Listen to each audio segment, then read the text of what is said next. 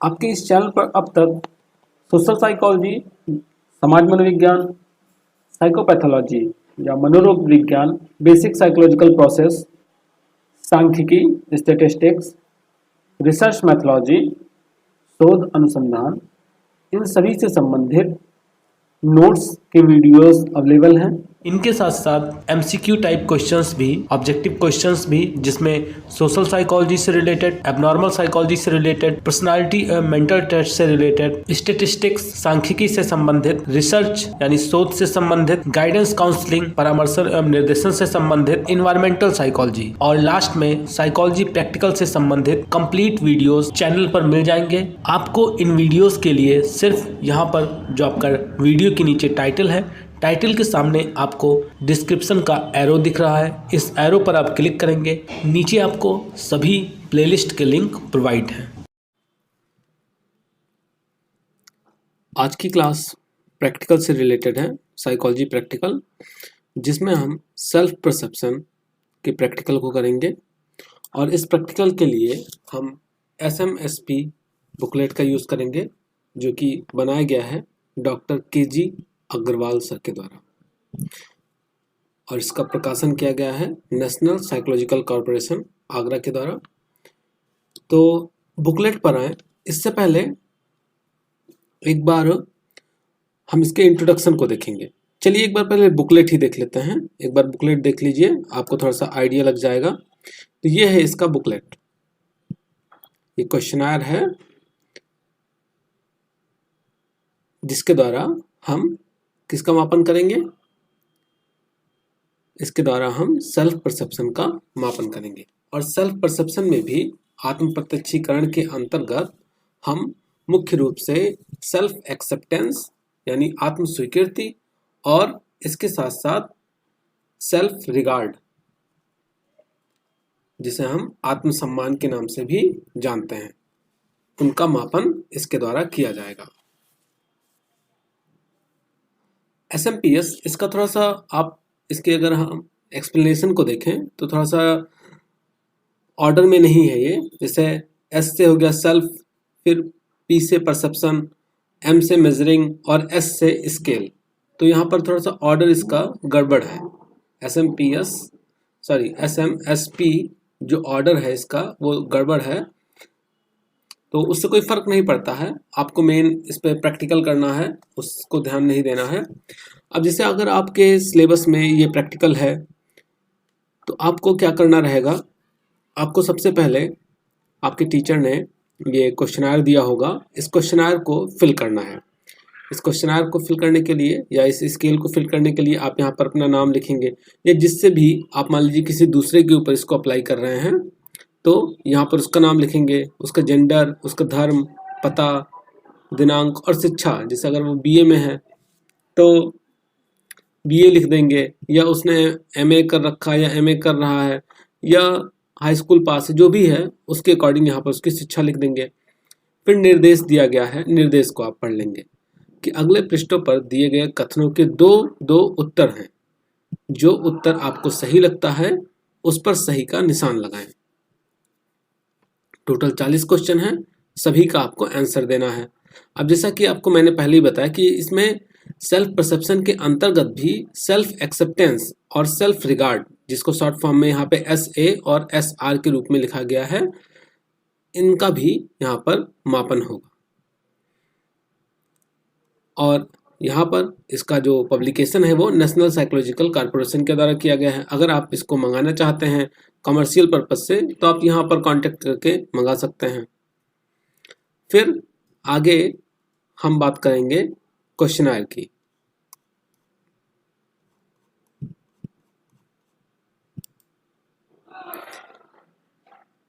अब यहाँ पर देखें तो यहाँ पर कुछ कथन दिए गए हैं और उन कथनों के लिए, उन कथनों का उत्तर देने के लिए यहाँ पर 2 बॉक्स हैं। जैसे अगर आप इस कथन को पढ़ते हैं कि मेरी धारणा है कि मुझे सदा सच बोलना चाहिए, अगर ये आपकी धारणा है, आप ऐसा मानते हैं, तो आप कहाँ पर टिक करेंगे? तो आप टिक करेंगे आ वाले बॉक्स पर। लेकिन अगर आप हमेशा सच नहीं बोलते, मैं हमेशा सच नहीं बोलता, मतलब आप इससे नहीं एग्री करते हैं, आप इससे एग्री करते हैं कि मैं हमेशा सच नहीं बोलता, तो आप फिर कहाँ पर इस पे नहीं टिक करेंगे, फिर आप यहाँ पर न टिक करके आप यहाँ पर टिक करेंगे। इसी तरीके से अगला क्वेश्चन देखें कि मेरी धारणा है कि जो भी मैं करूं उसे अति उत्तम कोटि का करूं। मतलब इसका कहने का तात्पर्य यह है कि मैं जो भी काम करूं उसमें सर्वश्रेष्ठ दूं, वो एकदम 100% अपना देके करूं और उस काम को बहुत अच्छे तरीके से करूं।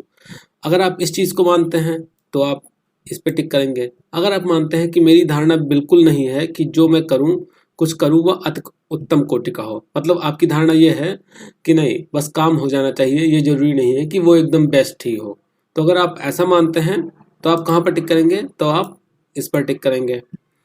इसी तरीके से जैसे अगर आपको लगता है, यहाँ अगला कथन देखें कि मुझे अकेले में डर लगता है, तो अगर आपको अकेले में डर लगता है तो आप इस पर टिक करेंगे। अगर आपको अकेले में डर नहीं लगता तो आप इस पर टिक करेंगे। इसी प्रकार से टोटल यहाँ पर 40 कथन दिए गए हैं। 40 कथनों को मैं दिखा देता हूँ, उनको आप इसी तरीके से आंसर देंगे। तो यहाँ पर आप 6 कथन देख रहे हैं।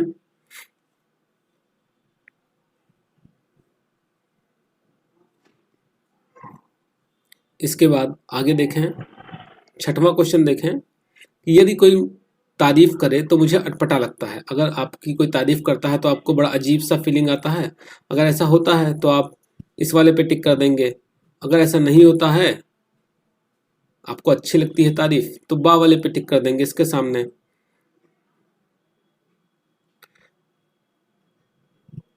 इसी प्रकार अगर हम 11वां क्वेश्चन देखें तो मुझे असफलता से डर लगता है। अगर आपको फेल होने से डर लगता है तो आप इस पर टिक करेंगे। और अगर आपको फेल होने से डर नहीं लगता है, आपको लगता है कि सक्सेस और फेलियर तो आते जाते रहते हैं, तो आप इस पे न टिक करके आप इस पे टिक करेंगे।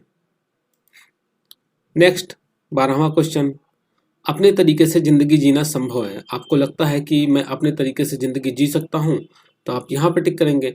आपको लगता है कि नहीं अपने तरीके से ज़िंदगी जीना संभव नहीं है, दूसरों की बातें भी कई बार माननी पड़ती हैं, तो आप दूसरे वाले पे टिक करेंगे, उसके सामने वाले पे। फिर देखें तो 15वां क्वेश्चन देखें, मैं ज़रूरतों, पसंद, नापसंद और नैतिकता के दायरे में जीता हूँ।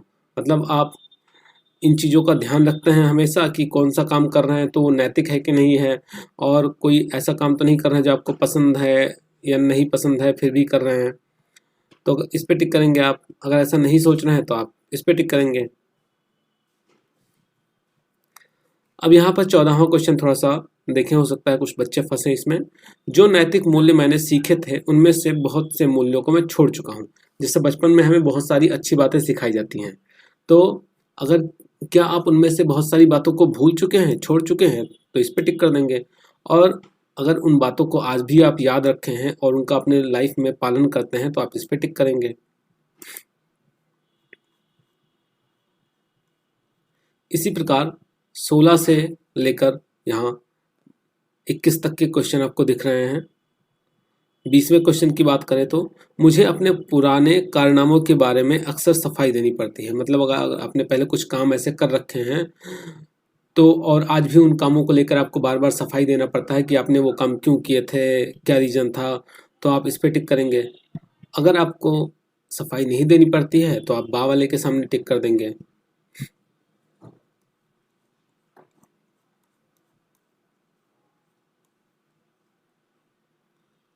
फिर 22 से लेकर यहाँ 28 तक के क्वेश्चन दिख रहे हैं आप। 27वां क्वेश्चन देखते हैं, अनजान लोगों को कमियां बताने में मैं संकोच करता हूँ। मतलब अनजान लोगों की कमियां बताने में आपको संकोच होता है, या अनजान लोगों को अपनी कमियां बताने में आप संकोच करते हैं कि मैं ऐसे किसी दूसरे को अपनी कमियां क्यों बताऊं, तो आप इस वाले पे आ वाले के सामने टिक कर देंगे। अगर आप अनजान लोगों को अपनी कमियां बता देते हैं, संकोच नहीं करते हैं, तो आप बा वाले पे टिक कर देंगे।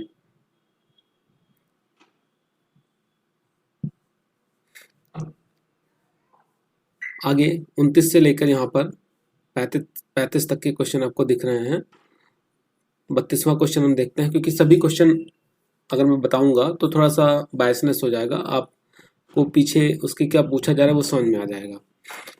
लोगों को अपनी गलतियों पर पछताना चाहिए।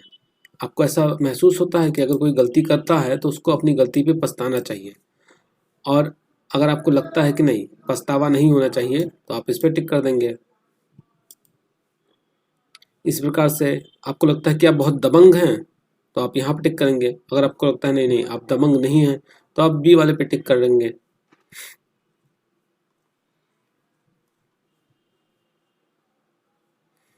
फिर आगे यहाँ पर देखें 40 तक दिया गया है। 40वां क्वेश्चन देखते हैं। जब तक मुझ में आत्मविश्वास है मैं हर बाधा दूर कर सकता हूँ। आपको ऐसा लगता है कि जब तक आपके अंदर आत्मविश्वास है आप किसी भी काम को कर सकते हैं, सारे काम को आप आसानी से फिनिश कर सकते हैं, तो आप इस पर टिक करेंगे। आपको लगता है कि आत्मविश्वास होने के बावजूद भी आप काम को नहीं कर पा रहे हैं, आप अपनी सामने जो बाधाएं आ रहे हैं उनको नहीं दूर कर पा रहे हैं या दूर नहीं कर सकते, तो आप इस पे टिक करेंगे। तो इस तरीके से आप टोटल इन क्वेश्चनर्स को, मतलब पूरे जो स्केल है मापनी है, उसको फिल कर लेंगे। अब मापनी को भरने के बाद अगला प्रोसेस क्या होगा,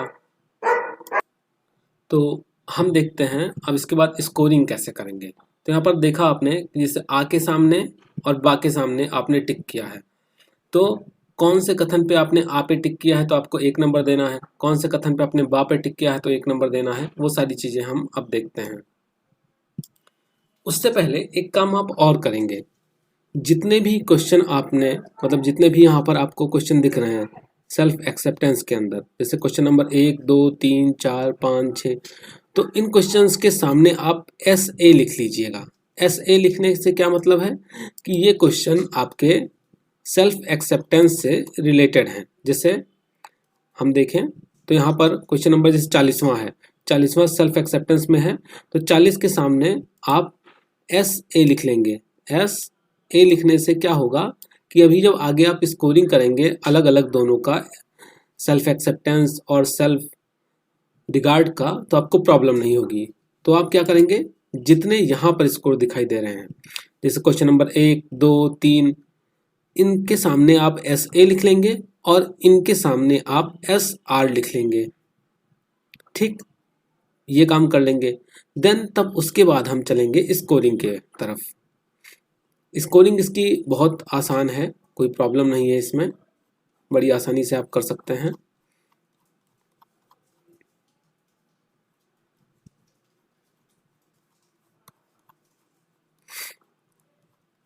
स्कोरिंग के लिए यहाँ पर देखें दिया गया है आपको,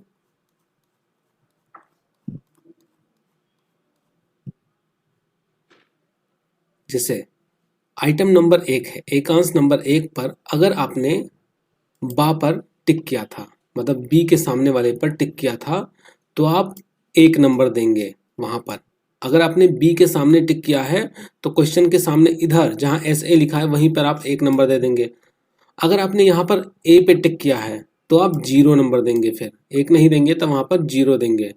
इसी तरीके से अगर आपने क्वेश्चन नंबर 2 पे बी पे टिक किया है तो आप फिर से यहाँ पर 1 नंबर देंगे, और 2 पर आकर आपने ए पे टिक किया था तो आप 0 पे कर देंगे। एक बार मैं आपको दिखा देता हूँ जल्दी से।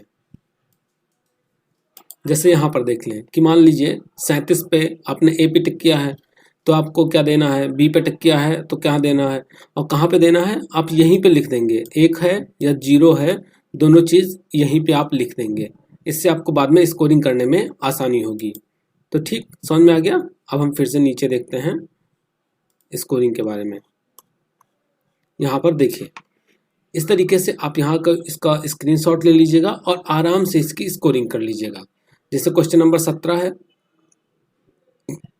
17 पे आपने अगर ए पे टिक किया है आ पे तो आप 1 नंबर देंगे, अगर आपने बा पे टिक किया है तो 0 नंबर दे देंगे। और उसके बाद क्या करना है, उसके बाद जब आपने स्कोरिंग कर लिया तो जो एस ए वाले, जो सेल्फ एक्सेप्टेंस वाले आइटम्स थे उनका अलग स्कोरिंग करके लिख लेंगे। जैसे जब आपने स्कोरिंग कर लिया पूरे का आप स्कोरिंग कर लेंगे, नंबर देते चले गए, स्कोरिंग कर लिया। उसके बाद इतने आइटम्स को अलग जोड़ेंगे। जैसे 1 नंबर वाले पे अगर आपने 1 दिया है तो उसको जोड़ लेंगे, 2 नंबर वाले का 3 नंबर वाले, ऐसे करते करते 40 को आप जोड़ लेंगे अलग और इतने के अलग जोड़ के इतने के सामने जो आपका नंबर आया है, जैसे इतने के सामने अगर आपका पहले वाले पे 0 आ गया, मतलब 11वें पे 0 आ गया, 12वें पे 1 आ गया, 13वें पे 0 आ गया, 14वें पे 1 आ गया, 15वें पे 1 आ गया, तो ऐसे 1 3 मतलब 1 2 3 4 ऐसे जोड़ते जोड़ते जितना आ रहा है उसको एक तरफ नोट करेंगे और सेल्फ एक्सेप्टेंस के जितने हैं स्कोर उसको एक तरफ नोट करेंगे और उसको कहाँ पे लिखेंगे, आप क्वेश्चनर के फर्स्ट पेज पर जो आपका स्केल है आप उसको यहाँ पर लिख लेंगे। एस ए का जितना स्कोर आया वो आप यहाँ पर लिख लेंगे इसके सामने, एस आर का जितना स्कोर आया वो आप यहाँ पर लिख लेंगे। ये आपका यहाँ पर परसेंटाइल वाले बॉक्स की ज़रूरत नहीं थी, ये परसेंटाइल वाला बॉक्स गलती से इसमें प्रिंट है, कुछ चीज़ें इसमें गड़बड़ हैं, तो परसेंटाइल वाले बॉक्स की यहाँ पर ज़रूरत नहीं है क्योंकि आपका परसेंटाइल निकल के आना ही नहीं है। टोटल जितना आपका आइटम आएगा वो आप यहाँ पर लिख लेंगे। ठीक, अब मान लीजिए यहाँ पर आ गया है आपका 25, मतलब 12 इसमें आया 13 इसमें आया, टोटल हम मान लेते हैं कि सेल्फ एक्सेप्टेंस और टोटल सेल्फ परसेप्शन का टोटल जो आया स्कोर वो 25 आ गया। तो अब इसको हम मैनुअल में फिर से देखेंगे कि इसकी स्कोरिंग के बाद इसका इंटरप्रिटेशन कैसे करें, रिजल्ट क्या निकल के आया।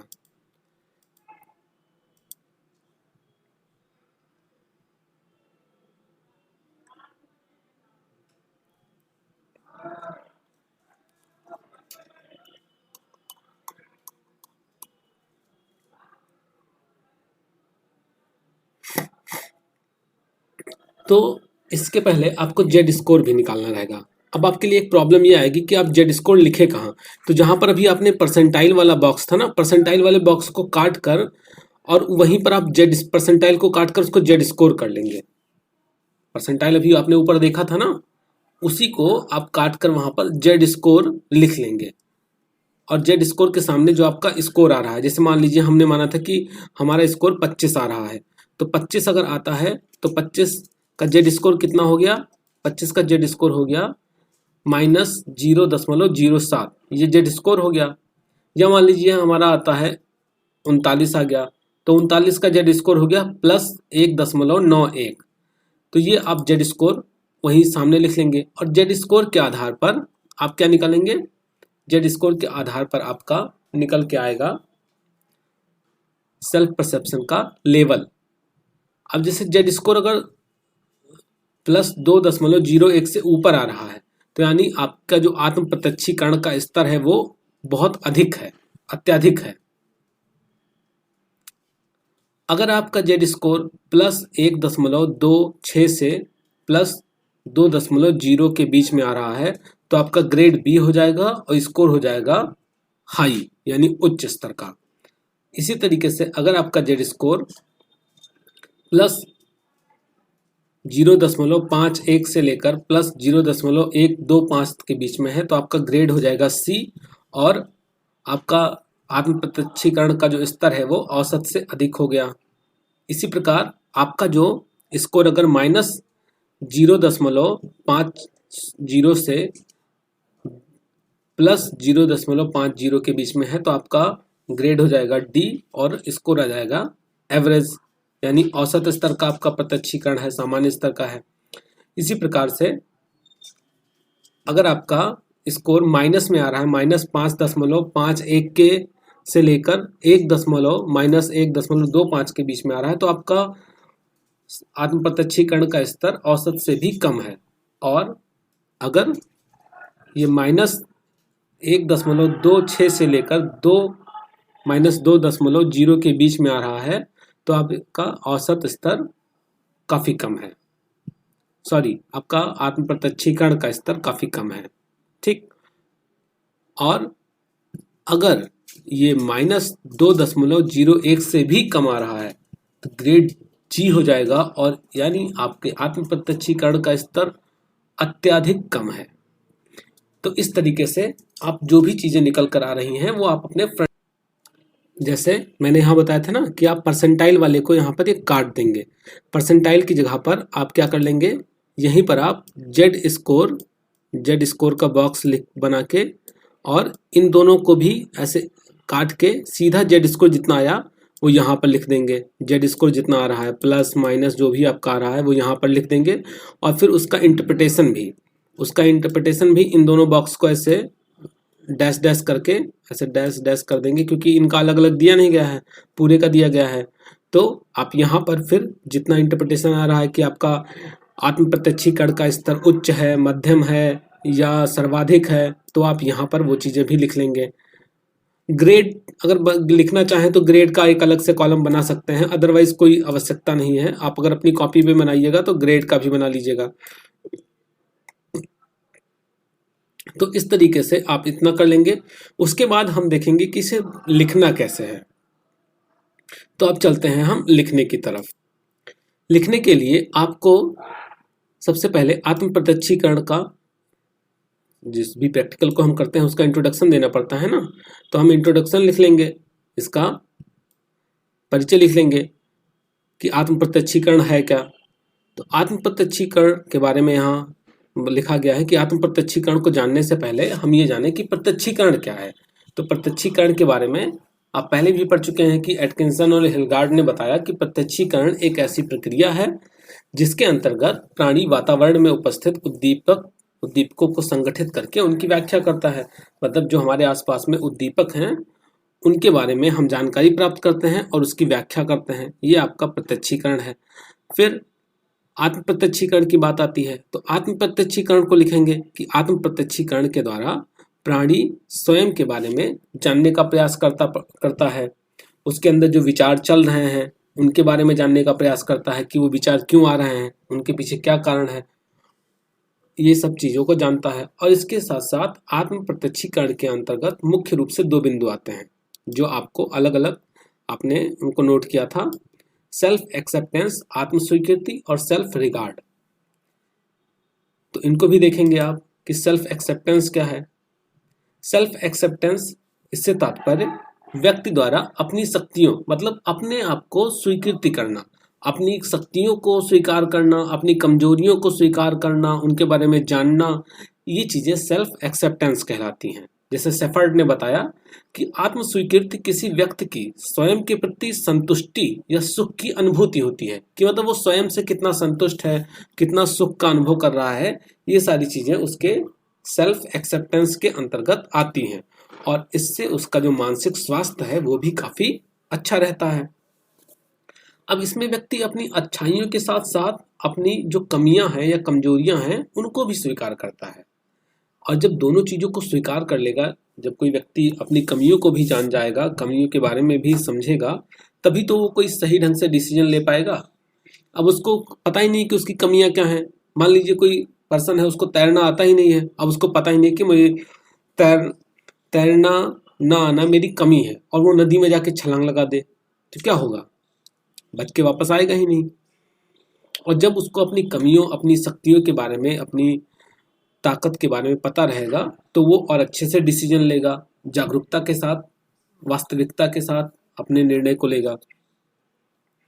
फिर इसी में आत्मसम्मान की बात करें, सेल्फ रिगार्ड, तो अब्राहम मैस्लो ने आत्मसम्मान, सेल्फ रिगार्ड को ही सेल्फ स्टीम भी कहा है, और इन्होंने इसको परिभाषित करते हुए बताया कि स्वयं के प्रति सम्मान, ये इसको हटा देंगे, कॉमा, ये कॉमा लगाना है, यहाँ पर कॉमा लिख गया है।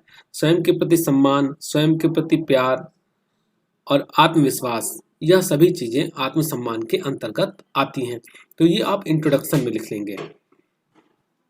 उसके बाद आता है परीक्षण संचालन। तो परीक्षण संचालन आप हेडिंग डाल के सबसे पहले उद्देश्य लिखेंगे। उद्देश्य क्या है कि परीक्षार्थी के आत्म प्रत्यक्षीकरण का मापन करना। उसके बाद आप परीक्षार्थी का परिचय लिख देंगे, परीक्षार्थी का नाम, जो भी चीज़ें मापनी के ऊपर दर्ज थी क्वेश्चनर के सामने, वो चीज़ें यहाँ पे लिख देंगे। फिर आवश्यक सामग्री में हम डॉक्टर KG अग्रवाल द्वारा निर्मित परीक्षण पुस्तिका का इस्तेमाल कर रहे हैं, पेपर पेंसिल का इस्तेमाल कर रहे हैं। निर्देश, जो आगे वहाँ पर बुकलेट में निर्देश दिया गया था कि आपके सामने 2 कथन है, दोनों में से किसी एक का चुनाव करना है, वो सारी निर्देश यहाँ पे लिख लेंगे। प्रारंभिक अवस्था क्या होती है, तो अब तक आप इतने प्रैक्टिकल कर चुके हैं कि आपको पता ही होगा कि प्रारंभिक अवस्था में हम क्या लिखते हैं। कि हम इसमें ये लिखते हैं कि हम परीक्षार्थी को मनोविज्ञान प्रयोगशाला में लाते हैं, उसे आदरपूर्वक बिठाते हैं और एक सौहार्दपूर्ण माहौल का विकास करके हम उसे क्वेश्चनर देते हैं, उसके बारे में बताते हैं। फिर प्रक्रिया में, प्रोसीजर में क्या होगा? प्रोसीजर में ये होगा कि उसने क्वेश्चनर को लिया, उसको पढ़ा, क्वेश्चनर पढ़ने के बाद उसने उसका उत्तर दिया। अपने अनुभव के आधार पर उसने सभी एकांशों को पढ़ा और अपना उत्तर दिया। ये सब प्रक्रिया में आ जाएगा। फिर परिणाम में, तो परिणाम में आप क्या लिखेंगे? परिणाम में जो आपका परिणाम आया, आपका जो स्कोर आया, वो चीज़ लिखेंगे। परिणाम में बहुत बच्चे परिणाम और विवेचना में कंफ्यूज हो जाते हैं, ये चीज़ थोड़ा सा ध्यान रखिएगा। एक मुझे कमेंट भी आया था कि सर विवेचना या निष्कर्ष को अलग से समझा दें, तो उसको अलग से समझाने की जरूरत नहीं है। आपको परिणाम में क्या लिखना है? परिणाम में आपका जो रिजल्ट निकल के आ रहा है कि आपका जैसे कुल प्राप्तांक आ गया 24, 25, 26 जो भी आया, तो आप उसमें लिखेंगे कि परीक्षण पुस्तिका में या मापनी में दिए गए एकांशों का उत्तर देने के पश्चात उनकी स्कोरिंग की गई, जिसमें उनका जो कुल प्राप्तांक निकल कर आया वो 25 है, 24 है या जितना भी है वो लिख लेंगे।